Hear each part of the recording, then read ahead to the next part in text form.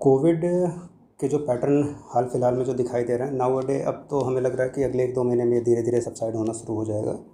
लेकिन हम लोग जो अपने एप्लीकेशन के थ्रू लोगों से कांटेक्ट में बने हुए हैं, और वो सबसे अच्छा तरीका भी है। सबसे अच्छा तरीका इसलिए है क्योंकि आपको सीधे किसी से मिलने की ज़रूरत नहीं है। आप घर बैठे अपने इस एप्लीकेशन को इंस्टॉल कर सकते हैं, जो आपको डिस्क्रिप्शन बॉक्स में दिख जाएगा, और वहाँ से आप इंस्टॉल करके जब फाइनली सबमिट करेंगे तो वो पूरा मैसेज जो है वो हमारे एप्लीकेशन पे अपडेट हो जाएगा, जिसके थ्रू हम आपसे कांटेक्ट कर सकते हैं। आजकल की डेट में कम से कम 700 लोगों ने उस एप्लीकेशन पे प्रोफाइलेक्टिक सेक्शन में अपने को इनरोल कर लिया है, और कोविड पॉजिटिव वाले सेगमेंट में जो लोग कोविड पॉजिटिव का ट्रीटमेंट ले रहे हैं वो लोग करीब till now we have provided treatment of COVID positive patient, approximate 1050, more than 1050 patient are were in consultation through homeopathic medication by Niramya homeopathic app, and I also think that they belongs to the pan India, from MP, from UP, from Noida, from Faridabad, from Gurgaon, Delhi, Mumbai, and from Kolkata and Northeast, including JNK, Uttarakhand, Haryana. So most of the patient connected through our app Niramya Homeopathy by Niramya Homeopathy app, and they consulted for COVID positive, and हम लोगों ने उनको दवाइयाँ provide करवाई हैं। Covid positive वाले में ये बहुत मुश्किल काम था कि जहाँ कंडीशन आवरली या फिर डे पर डे डिग्रेड कर रही है, ऐसे कंडीशन में हम लोगों ने कोशिश की कि वहाँ के नियर बाई जगहों से मेडिसिन का प्रोवाइड करवा दें। Homeopathic medical store hope so most of the part of India में है, तो आप ऑनलाइन अपॉइंटमेंट ले सकते हैं, और जो भी मेडिसिन होगी वो बाय चैट या फिर बाय मैसेज आपको कन्वे कर दी जाएगी, बता दी जाएगी, आप वहाँ से ले लीजिए। और कंटिन्यूस फीडबैक कोविड पॉजिटिव वाले सेगमेंट में जाके डेली टू डेली शाम को 8 बजे तक अपडेट कर दीजिएगा, जिससे हम लोगों को मालूम चल सके कि आपकी प्रोग्रेस कैसी है। और जो प्रोफाइलेक्टिक वाले सेगमेंट है वो सबके लिए फ्री ऑफ कॉस्ट है। प्रोफाइलेक्टिक सेगमेंट में आप जाके अपने आप को रजिस्टर्ड कर सकते हैं, और वहाँ आपको प्रोफाइलेक्टिक मेडिसिन और उसकी डोज ऑलरेडी मेंशन्ड है, आप उसको देख सकते हैं, और वो मेडिसिन आप ऑनलाइन ऑर्डर कर सकते हैं, हमारे थ्रू मंगवा सकते हैं, लोकल स्टोर से आप परचेज कर सकते हैं। तो ये सारी फैसिलिटी अवेलेबल है, आप उससे अवेल करिए। अभी तो हम लोग कोविड के ट्रीटमेंट के बारे में बात कर रहे हैं। आने वाला समय जो होगा वो होगा कोविड के कॉम्प्लिकेशन के बारे में, और नो डाउट जो मैं देख रहा हूँ उसके अकॉर्डिंग मुझे जो लग रहा है वो कोविड का कॉम्प्लिकेशन ज़्यादा कॉम्प्लिकेटेड है, और कहीं न कहीं कोविड अपने जाने के बाद से पीछे कुछ ना कुछ छोड़ जाएगा।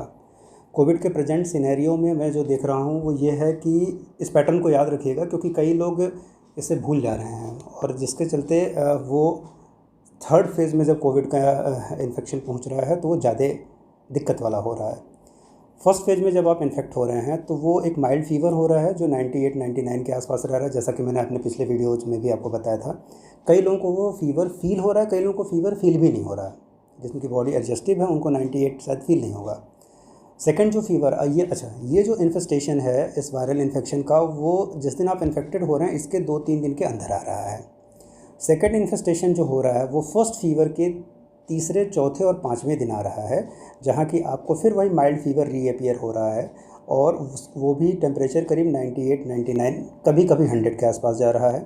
फर्स्ट वाले इन्फेस्टेशन में जो आप फर्स्ट टाइम जो टेम्परेचर फील करते हैं उसमें कोई सिम्टम मोस्टली मैंने देखा है कि नहीं आ रहा है, बस केवल आपको इतना लग रहा है कि लग सकता है कि आपको हरारत हो रही है, थोड़ी सी लेजीनेस टाइप की फीलिंग हो रही है, और थोड़ा सा डिस्कम्फर्ट महसूस हो रहा है। कुछ लोगों को वो भी फील नहीं हो रहा। उसमें कुछ लोग पैरासीटामॉल लेके सही हो जा रहे हैं, कुछ लोगों की बॉडी अडॉप्ट कर जा रही है तो उसमें पैरासीटामॉल लेने की ज़रूरत भी नहीं। वो फीवर 24 आवर के अंदर, वो जो माइल्ड फीवर है वो 24 आवर के अंदर ऑटोमेटिकली सबसाइड हो जा रहा है, या फिर आप पैरासीटामॉल लीजिए या ना लीजिए। सेकेंड फेज़ में जब फीवर आ रहा है तीसरे, चौथे और 5वें दिन, उस समय भी यही पैटर्न रह रहा है। वो 24 आवर के लिए फीवर हो रहा है, कुछ लोगों में प्रेजेंट हो रहा है, कुछ लोगों में 100 तक भी जा रहा है। पैरासीटामॉल ले लीजिए तो भी ठीक हो जा रहा है, यदि नहीं लेंगे तो भी वो ऑटोमेटिकली सबसाइड हो जा रहा है। लेकिन we are talking about the third phase.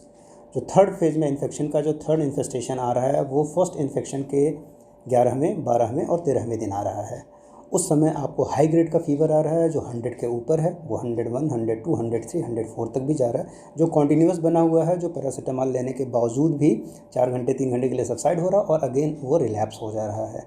तो फीवर ये कॉन्टिन्यूस बना हुआ है और तब आपको बाकी सिम्टम्स भी आ रहे हैं, जैसे थ्रोट में थोड़ी सी इन्फ्लेमेशन जिसकी वजह से थोड़ी सी थ्रोट में स्क्रैपिंग हो रही है, आफ्टर देन कफिंग भी थोड़ी सी हो रही है, थोड़ी सी चिलीनेस टाइप की फीलिंग भी हो रही है और भी बाकी एसेसरी सिम्टम, डिस्निया भी कुछ लोगों को फील हो रही है, कुछ लोगों को हेडेक हो रहा है, कुछ लोगों को बॉडी एक हो रहा है, कुछ लोगों को एक्सट्रीम टीज पेन हो रहा है, कुछ लोगों को जीआई सिम्टम भी आ रहे हैं।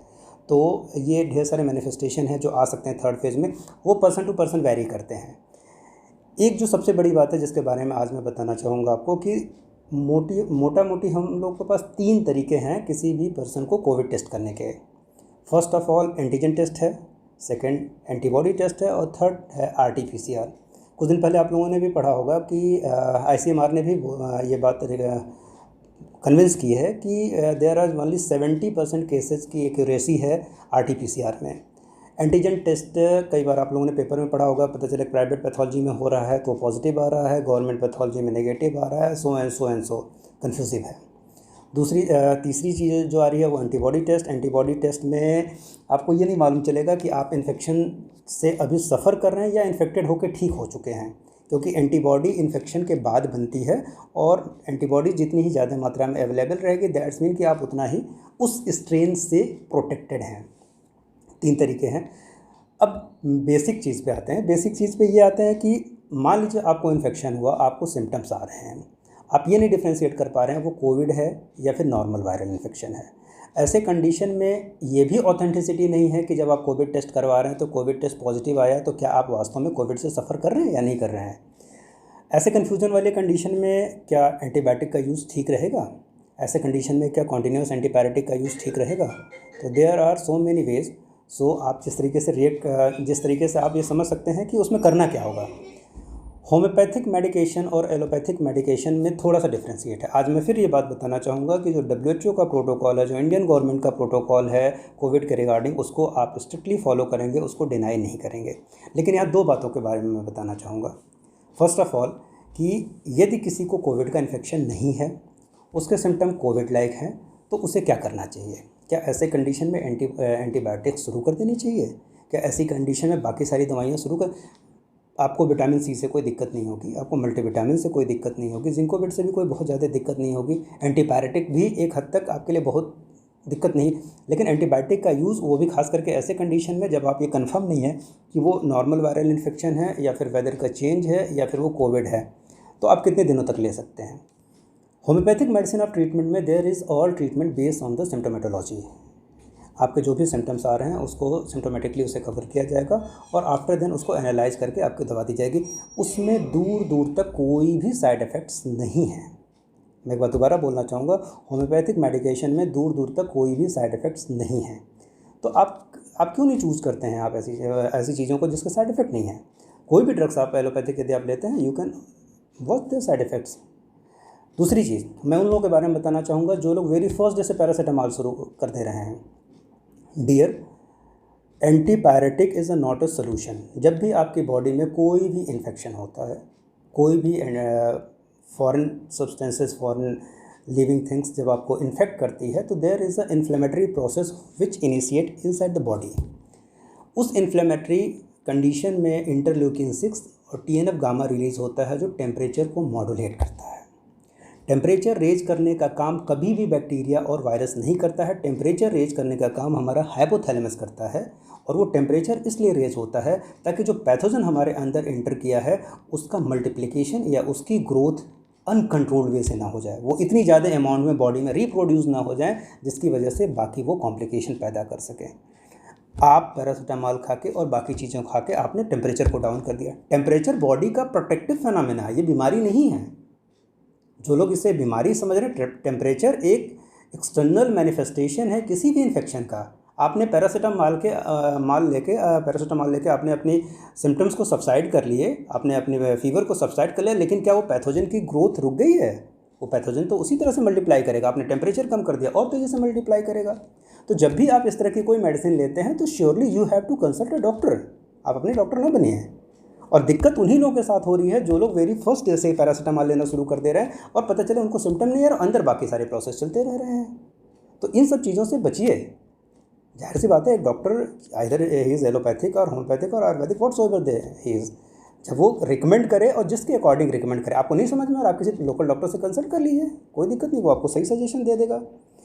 प्रोफाइलेक्टिक मेडिसिन के बारे में मैं बताना चाहूँगा। जो प्रोफाइलेक्टिक मेडिसिन आप एप्लीकेशन इंस्टॉल कर सकते हैं, वहाँ प्रोफाइलेक्टिक मेडिसिन का नेम और उसकी डोजिंग डिसाइडेड है, जो ऑलरेडी मेंशन कर दी गई है। प्रोफाइलेक्टिक मेडिसिन टिल नाउ अभी तक जो हम लोग 25,000 पीपल्स को प्रोवाइड किए हैं।